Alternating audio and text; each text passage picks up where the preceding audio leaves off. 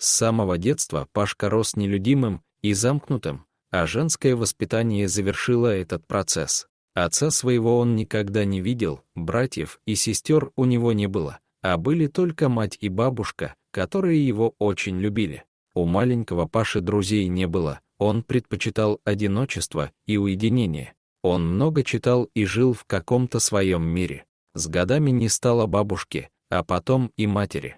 Остался Павел совсем один. Семьи в силу своей природной застенчивости создать ему не удалось. Но это совсем его не тяготило. Были у него книги и мечта. Завести собаку. Можно, конечно, быстро найти щенка. В любом деревенском дворе были собаки, которые периодически приносили приплод. Но Павел хотел не обычную собаку, а такую, как он видел по телевизору. Большую собаку с умными грустными глазами, породы алабай. Так она ему запала в душу, что он решил накопить денег и купить себе такого щенка. Павел уже много лет работал лесником, но вот среди местных жителей считался чужаком, несмотря на то, что с самого детства он проживал рядом с ними.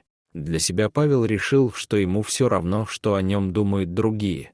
Выстроил себе домик в лесу, там и поселился, чтобы как можно реже встречаться с местными. Через пару лет ему удалось скопить нужную сумму, и он купил щенка, о котором так давно мечтал. Это была любовь с первого взгляда. Собака стала для Павла самым главным существом в этом мире. Она была его другом, его семьей и его компаньоном. Так они жили несколько лет в лесной избушке.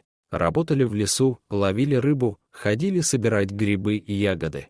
Лес был для Эльзы привычным и знакомым местом, ведь она в нем и выросла. Однажды собака пропала на целый день. Она часто отлучалась из лесной избушки по каким-то своим собачьим делам, но всегда возвращалась. А вот сегодня ее не было дольше обычного. Павел испугался, стал искать Эльзу, но ее нигде не было. Под вечер она появилась, неся в зубах что-то мохнатое. «Ну что ты там еще нашла? Вечно тащишь в дом ежей и зайцев. Я же тебе не доктор», — отчитывал собаку Павел. Рысенок был совсем маленький, чуть больше месяца от роду. Он жалобно пищал и мяукал. Павлу было непонятно, зачем она его принесла и где взяла, но было ясно, что это неспроста.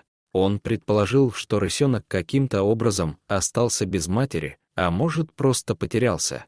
Он осмотрел дикую кошку и обнаружил небольшое повреждение на лапке. Отпускать раненое животное в дикую природу нельзя, потому что в лапу попадет инфекция, и животное будет обречено. «Для начала малыша нужно вылечить, а потом посмотрим», — сказал мужчина собаке. Лесник обработал и перевязал лапу рысенка и поселил его в сарае до полного выздоровления. На следующий день они пошли искать маму-рысь. Видимо, с животным беда приключилась. Эльза быстро привела хозяина к месту происшествия. Мертвая рысь лежала в кустах за оврагом. Скорее всего, браконьеры ранили ее, но она успела убежать, а потом умерла от потери крови. На следующее утро Павел проснулся и заторопился посмотреть, как там новый сожитель. В корзине рысенка не было.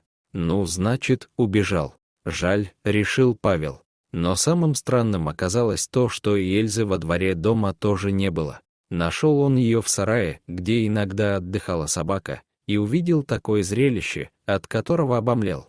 Его огромная собака лежала в обнимку с рысенком. Малыш свернулся клубочком у живота собаки, которая отыскала его в лесу. Рысенок остался у Павла, потому что был еще в том возрасте, когда не мог жить самостоятельно. Он прижился у них в избе, и они стали очень дружны с Эльзой. Собака решила заменить ему мать. С тех пор эта парочка стала неразлучна. Эльза вылизывала его как щенка и участвовала во всех его играх. Они бегали по лесу, рыли в земле глубокие ямы, а потом прятались в них от жары. Видимо, у Эльзы разыгрались материнские чувства. Рысенок стал ей как сын. Правда, он периодически убегал в лес, как всякий непослушный ребенок. Эльза находила его там и приносила обратно в сарай. Так продолжалось какое-то время. У рысенка теперь было два дома — лес и старый сарай Павла. Он совершенно поправился, быстро рос и хорошо развивался. В один из дней на пороге лесной избушки Павла появилась молодая женщина. Она прижимала к груди маленькую детскую кофточку. Глаза у нее были перепуганные, волосы растрепаны, штаны на коленях порваны. Она тяжело дышала, видимо, совсем выбилась из сил. Увидев живого человека, она заплакала и опустилась на колени. Плечи ее дрожали от громких рыданий. «Помогите! Умоляю!»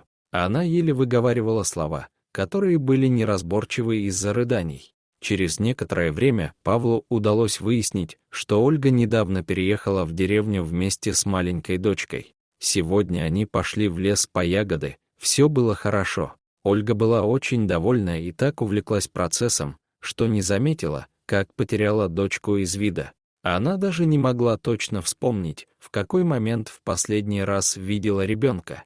Ей удалось найти только вот эту кофточку. Несколько часов она бродила по лесу в поисках девочки. Сбила в кровь ноги, но все тщетно. Наташи нигде не было. Не отчаивайтесь, она не могла далеко уйти. Мы ее обязательно найдем, успокаивал ее Павел. Оставайтесь в избушке, а я со своим зверем отправлюсь на поиски. Ольга тоже рвалась на поиски, но у нее уже не было сил, да и в домике нужно обязательно кому-то быть. Вдруг девочка сама выйдет, так ей объяснил лесник. Когда Павел вышел во двор, Эльза с рысенком уже обнюхивала вещи ребенка. «Эльза, ищи!» — скомандовал Павел, и отважная пара бросилась в лес. Мужчина еле успевал за ними, а вскоре вообще потерял из вида. Несколько часов мужчина бродил по окрестностям. Не могла же маленькая девочка уйти куда-то далеко. Стало темнеть. Павел вернулся к дому. Молодая женщина ждала с нетерпением новостей. Мужчина покачал головой. Ольга заплакала еще сильнее прежнего. Ее лицо уже так и распухло от слез. Лесник уже тоже отчаялся, но не подавал вида. Вдруг он услышал странный звук, который часто издавал его рысенок в лесу. Павел прислушался и рванул в ту самую сторону, откуда доносился крик. Вскоре он вышел из леса и вынес на руках девочку. Следом за мужчиной шла Эльза и ее приемный сын, который нашел ребенка и начал подавать звук тревоги. С той лесной встречи Павел с Ольгой больше никогда не расставались. Они поселились вместе в деревне, создали крепкую дружную семью и родили еще 2 ребятишек. После этого случая люди стали уважать Павла и его собаку, и, наконец-то, его прозвище «Чужак» перестали употреблять. Рысенок вырос и стал совсем взрослым, он превратился в красивого и грациозного зверя. Со временем он встретил в лесу подругу и решил остаться с ней. Инстинкт размножения и продления своего рода сделали свое дело. Дорогие зрители, если вам понравилось это видео, то ставьте лайк и подписывайтесь на наш канал. До свидания.